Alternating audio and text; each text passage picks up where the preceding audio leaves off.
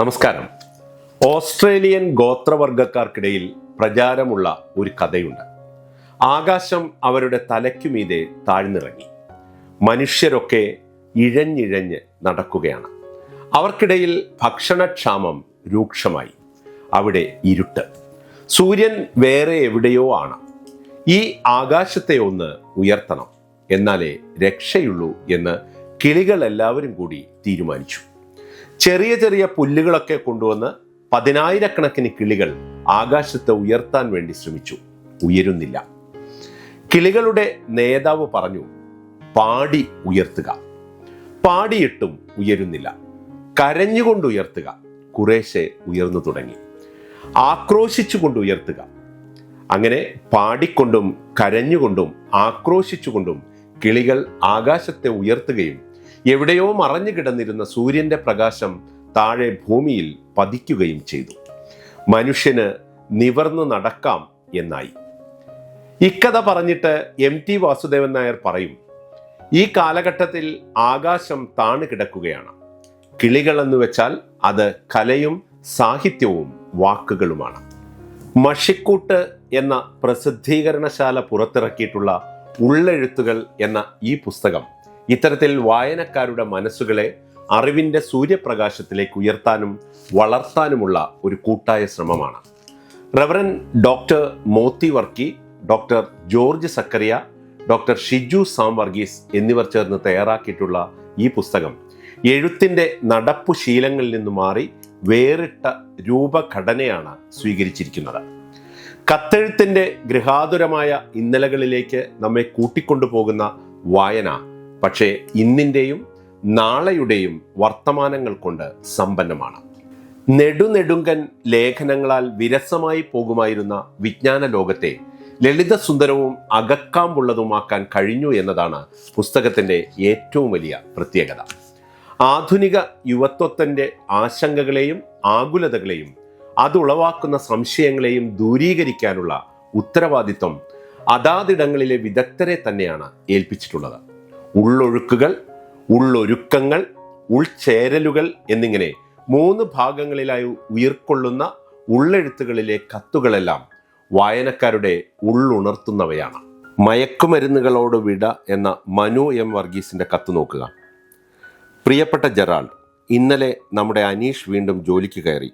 നമ്മളന്ന് അവൻ്റെ വീട്ടിൽ പോയപ്പോൾ ഗിറ്റാറുമെടുത്ത് അവൻ നമ്മോടൊപ്പം ക്രിസ്മസ് പാട്ടുകൾ പാടിയത് നീ ഓർക്കുന്നില്ലേ?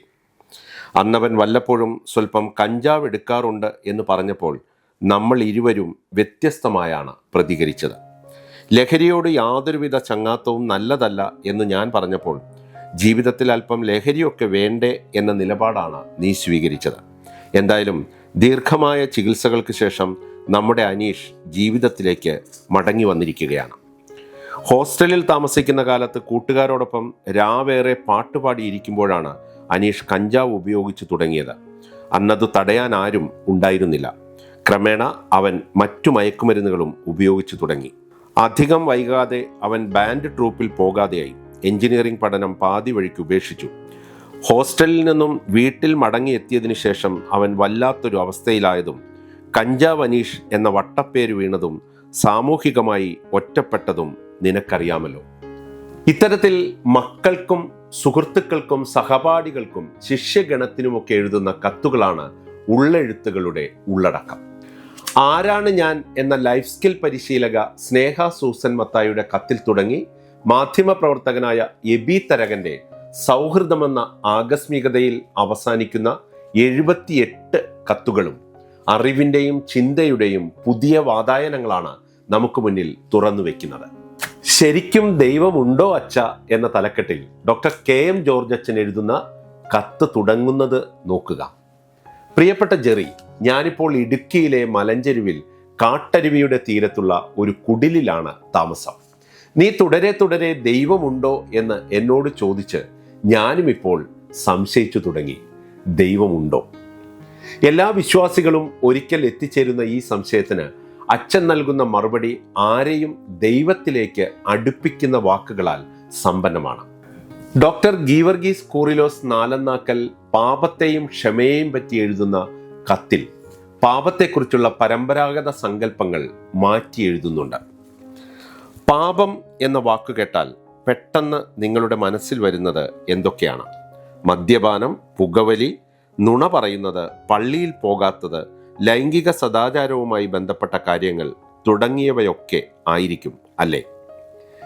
ലക്ഷ്യം തെറ്റൽ, മിസ്സിംഗ് ദ ടാർഗറ്റ് എന്നാണ് പാപത്തിൻ്റെ ബൈബിൾ ഭാഷ്യം. ലക്ഷ്യം ദൈവനീതിയാണെങ്കിൽ ആ ലക്ഷ്യത്തിൽ നിന്നും ഗതിമാറി ജീവിക്കുന്നതാണ് പാപം. അതിന് സാമൂഹിക, രാഷ്ട്രീയ, പാരിസ്ഥിതിക മാനങ്ങളുണ്ട്. ദൈവരാജ്യം നീതിയാണെങ്കിൽ അതിന് തടസ്സം നിൽക്കുന്ന എല്ലാ വ്യവസ്ഥകളും സംവിധാനങ്ങളും പാപഘടനകളാണ്. അപ്പോൾ മുതലാളിത്തവും അതിൻ്റെ മൂലകാരണമായ അത്യാഗ്രഹവും സ്വാർത്ഥതയും അതുണ്ടാക്കുന്ന പട്ടിണിയും അനീതിയും ചൂഷണവും എല്ലാം പാപമാണ്. ഒരു തമാശ കേട്ടിട്ടുണ്ട്. ഒരിക്കൽ 1-ാം ക്ലാസ്സിൽ പഠിക്കുന്ന മകൻ വന്ന് അമ്മയോട് ചോദിച്ചു, അമ്മേ, ഈ സെക്സ് എന്ന് വെച്ചാൽ എന്താണ്? അമ്മ വല്ലാണ്ടായി. നീ പോയി അപ്പനോട് ചോദിക്ക്. എന്നിട്ട് അമ്മ അപ്പനോട് പറഞ്ഞു, ദേ, അവന് മനസ്സിലാകുന്ന രീതിയിൽ വേണം വല്ലതും പറഞ്ഞു കൊടുക്കാൻ കേട്ടോ. പെട്ടെന്ന് അപ്പൻ സ്കൂളിൽ മാതാപിതാക്കൾക്കായി നടന്ന മോട്ടിവേഷണൽ ക്ലാസ്സിൽ പറഞ്ഞ കാര്യം ഓർത്തു. കുട്ടികളോട് ഇത്തരം കാര്യങ്ങൾ ഒരിക്കലും മറച്ചു വെക്കരുത്, അത് അവരുടെ ഭാവിയിൽ ദോഷം ചെയ്യും. അതനുസരിച്ച് അപ്പൻ വളരെ ബുദ്ധിമുട്ടി ഒരുവിധം കാര്യങ്ങളെല്ലാം മകന് വിശദീകരിച്ചു കൊടുത്തു. എല്ലാം കേട്ടു മനസ്സിലാക്കിയ മകൻ അപ്പനോട് പറഞ്ഞു, പക്ഷേ സ്കൂൾ ഡയറിയിലെ 1-ാം പേജിലെ ചെറിയ കോളത്തിൽ ഇത്രയും കാര്യങ്ങൾ ഞാൻ എങ്ങനെ എഴുതും അപ്പച്ച? ഇത്തരത്തിലുള്ള മക്കളും മാതാപിതാക്കളുമുള്ള കാലത്ത് നിന്നുകൊണ്ടാണ് മനഃശാസ്ത്ര അധ്യാപികയായ ടിസി മറിയം തോമസ് പതുക്കപ്പറ ലൈംഗികതയെക്കുറിച്ചൊരു തുറന്ന സംഭാഷണം എന്ന പേരിൽ എടാ മോനെ ചക്കരെ എന്ന് അഭിസംബോധന ചെയ്തുകൊണ്ട് മകന് ഒരു കത്തെഴുതുന്നത്. മക്കളുടെ വളർച്ചയിൽ ഉണ്ടാകുന്ന ലൈംഗിക മാറ്റങ്ങളും സ്വഭാവ സവിശേഷതകളുമൊക്കെ കാലത്തിൻ്റെ മാറ്റത്തിനനുസരിച്ച് സവിസ്തരം സംവദിക്കുകയാണ് ഇവിടെ. ലൈംഗികതയിൽ മറച്ചുവെക്കേണ്ടതായിട്ടൊന്നുമില്ല എന്ന ബോധ്യത്തിൻ്റെ അടിസ്ഥാനത്തിൽ കൂടിയാണ് മകനുള്ള എഴുത്ത് ടിസി അവസാനിപ്പിക്കുന്നത്. വലിയൊരു മാനസിക അകലമുണ്ട് സെക്ഷ്വാലിറ്റിയുടെ കാര്യത്തിൽ തലമുറകൾ തമ്മിൽ.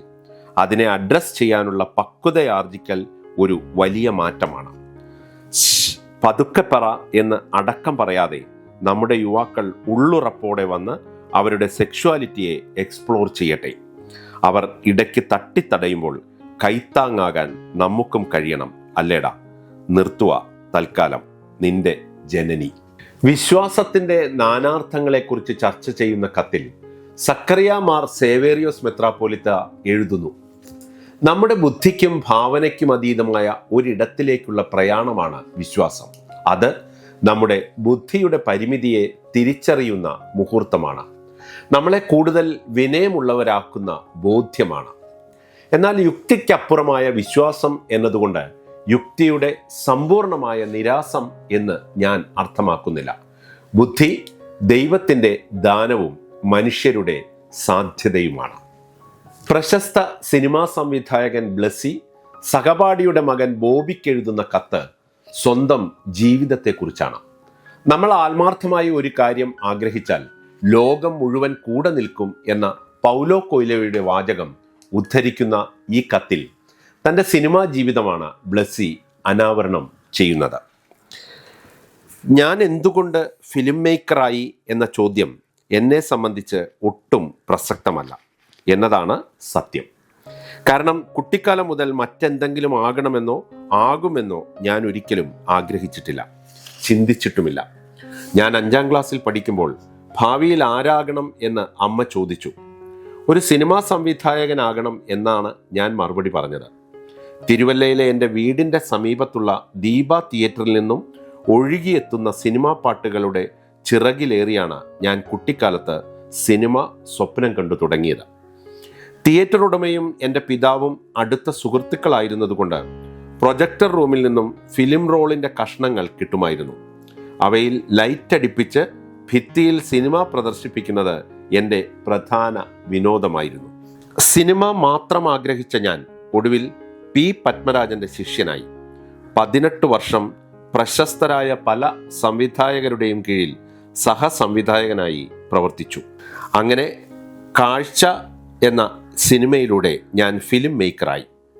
നിന്റെ മനസ്സിലുള്ള ദൃശ്യങ്ങളെ നീ തന്നെയാണ് വാക്കുകളിലാക്കേണ്ടത് എന്ന് മമ്മൂട്ടി നിർബന്ധിച്ചതുകൊണ്ടാണ് ഞാൻ ആ സിനിമയുടെ തിരക്കഥ എഴുതിയത്. ഇന്ന് ആടുജീവിതത്തിൽ എത്തി നിൽക്കുമ്പോൾ എനിക്കൊന്നേ പറയാനുള്ളൂ: എല്ലാം ദൈവാനുഗ്രഹം, ഒപ്പം ഗുരുത്വവും.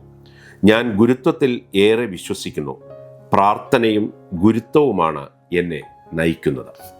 മരണം വരുമൊരു നാൾ എന്ന പേരിൽ പത്രപ്രവർത്തകനായ സാമുവൽ എബ്രഹാം എഴുതുന്ന കത്തിൽ മരണത്തിന് മുമ്പുള്ള ജീവിതവും മരണാനന്തര ജീവിതവും ഒക്കെയാണ് ചർച്ചാ വിഷയമാകുന്നത്.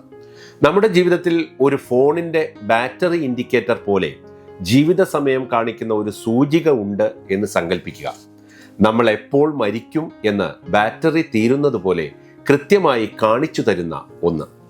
നമ്മുടെ ബാറ്ററി തീർന്നു പോകാറാകുമ്പോൾ ഓരോ നിമിഷവും എണ്ണി നോക്കിക്കൊണ്ട് നമ്മൾ വ്യത്യസ്തമായി ജീവിക്കുമോ? എല്ലാ ഇടപെടലുകളും, ഓരോ സൂര്യോദയവും അസ്തമയവും, ഓരോ പൂവും തളിരും, ഓരോ കാഴ്ചയും ഋതുവും നമ്മൾ ആസ്വദിക്കുമോ? അതോ ആസന്നമായ അന്ത്യത്തെ ഓർത്ത് തളർന്നിരിക്കുമോ? മരണത്തിൻ്റെയും ജീവിതത്തിൻ്റെയും വിശുദ്ധ നിമിഷങ്ങളെ നിറവോടെ നേരിടുന്നതിനെ കുറിച്ചുള്ള ചിന്തകളാണ് സാമുവൽ കത്താക്കിയിരിക്കുന്നത്. ബൈബിൾ വായന, സഭാജീവിതം, യുവജനങ്ങളുടെ സഭ, ശരീരഭാഷണങ്ങൾ, കുടുംബജീവിതം, സദാചാര സങ്കല്പങ്ങൾ, വാർദ്ധക്യകാലം, അയൽപക്ക ജീവിതം, ജെൻഡർ സംശയങ്ങൾ, ജനാധിപത്യം, ഭരണഘടന, സത്യാനന്തരകാലത്തെ മാധ്യമങ്ങൾ, ഫാസിസം, മാലിന്യ സംസ്കരണം, പ്രവാസ ജീവിതം, കലാലയ കാഴ്ചകൾ, തൊഴിലാളി പ്രവർത്തനം തുടങ്ങി നിത്യജീവിതത്തിൽ നാം നേർക്കുനേർ കണ്ടുമുട്ടുന്ന കാഴ്ചകൾക്കെല്ലാമുള്ള കാര്യമാത്ര പ്രസക്തമായ ഉത്തരങ്ങളാണ് ഈ കത്തുകളുടെയെല്ലാം കാതൽ. സൈനുൽ ആബിദിന്റെ മുഖചിത്രവും രൂപകൽപ്പനയും ശശി മേമുറിയുടെ ഉൾവരകളും ഉള്ളടക്കത്തിന് കൂടുതൽ മിഴിവ് പകരുന്നവയാണ്. സാറാ ജോസഫ് എഴുതുന്നത് പോലെ യുവജനങ്ങളുടെ ജീവിത പരിസരങ്ങളെ രൂപപ്പെടുത്തുന്നതും സ്വാധീനിക്കുന്നതുമായ ഹൃദയഭാഷണമാണ് ഉള്ളെഴുത്തുകൾ. കത്തുകളുടെ രൂപത്തിൽ തയ്യാറാക്കിയിരിക്കുന്ന ഈ പുസ്തകം ഗൗരവമായ വായനയും തുടർ ചർച്ചകളും അർഹിക്കുന്നു. മുഖമൊഴിയിൽ പുസ്തകത്തിന്റെ എഡിറ്റർമാർ പറയുന്നത് പോലെ ഈ എഴുത്തുകൾ വായനക്കാരുടെ സ്വന്തമാണ്. ഓരോ കത്തിലും അടങ്ങിയിരിക്കുന്ന വിശ്വാസ വിഭവങ്ങൾ നിങ്ങളുടെ നിയോഗ വഴിയിലെ പൊതിച്ചോറാകട്ടെ.